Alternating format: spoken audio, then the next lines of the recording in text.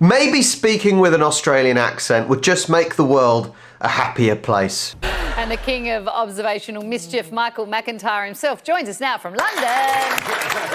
Oh, there he is. Do you know what? Michael McIntyre, he's brilliant. He's silly.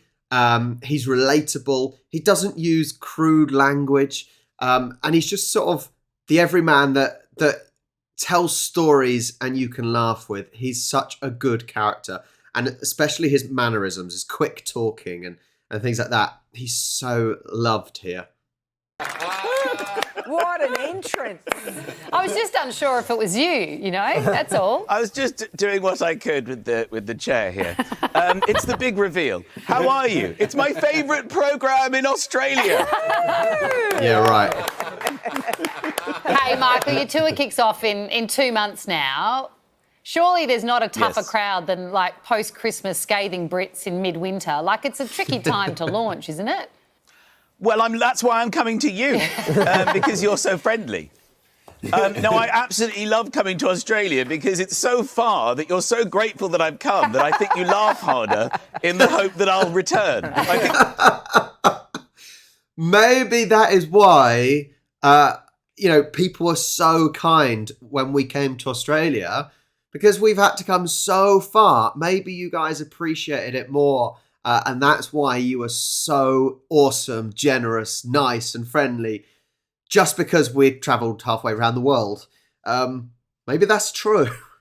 There's definitely a sense of thanks for coming. Let's make it. Let's be hospitable. It's like I'm a guest. It's like keep laughing and he might come back. So I really, really enjoy that. It's great that you enjoy it. We love having you here. Although, can I admit to a little bit of concern about the title? Jet lagged and jolly. Look, yes. Jolly is wonderful. Yes. But jet lagged kind of feels like you're coming up with an excuse for the show being bad before you actually do it.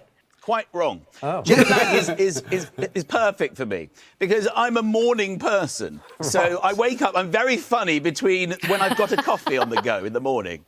So between I would say 8 and 11 is my peak time. And unfortunately I always have to gig at 8 p.m, 9 p.m, 10 p.m. But in Australia, that's the perfect time. So when I go there, I never get onto the time zone. I sleep all day. Probably the best show I've ever had in my life was in Melbourne. At the Rod Laver Arena, when I literally slept all day, overslept, people were banging on my door saying, you're on, and I had to get out the car, straight on stage holding a coffee, and I was just all over it. So no, that's why I love it.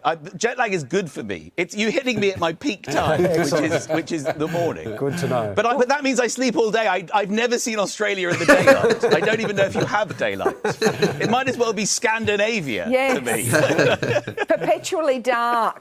Like your humour. No, I wouldn't say that's you've obviously not seen me recently. What? There's one idiot on the old panel.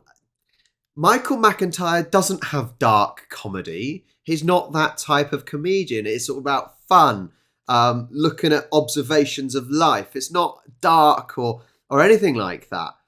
What a silly woman she is. Clearly, like he says, has not watched his comedy. I bring the light. Sunny. Well, because you are so attracted to imitation and you're so talented at it, which stereotypical Aussie locals do you like to hang the most on? Yeah, well, I do have this. I don't even know if it's an issue, but I do accents when I'm around people, and obviously when I come to Australia, I stay there for almost a month, and I would say that I become Australian. I find it more comfortable, and I'm a happier person.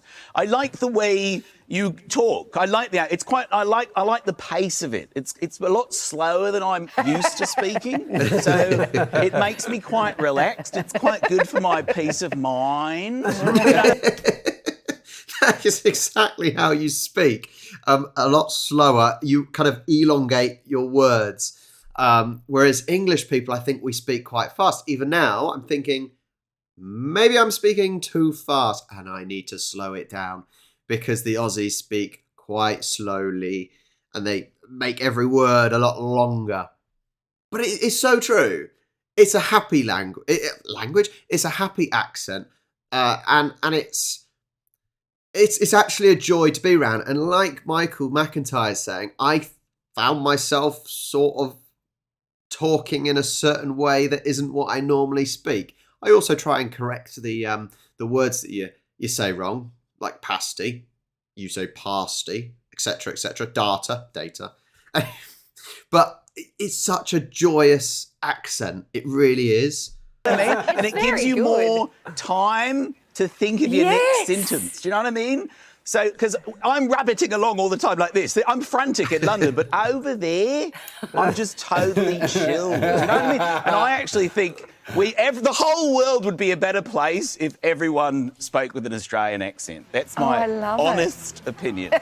Every time I come to Australia, I don't know if you know, well, you must have flown into Australia yourself, but they question you very firmly on what you're packing. And they're very worried about food. Yes. So I remember the first time I came, there was a long queue of people, and they just, individually, they just square up to you and go, have you got any food?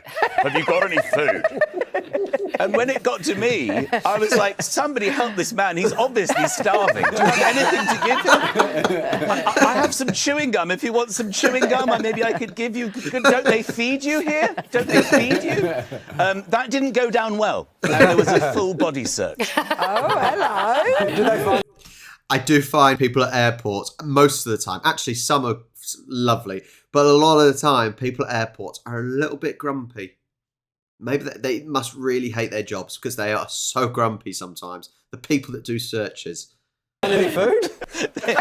They found quite a few sandwiches. They really don't like dried apricots. They get funny about dried fruit. So don't bring your dried apricots with you, okay? Yeah, what's wrong with the dried fruit? What damage can that do? It makes people fart.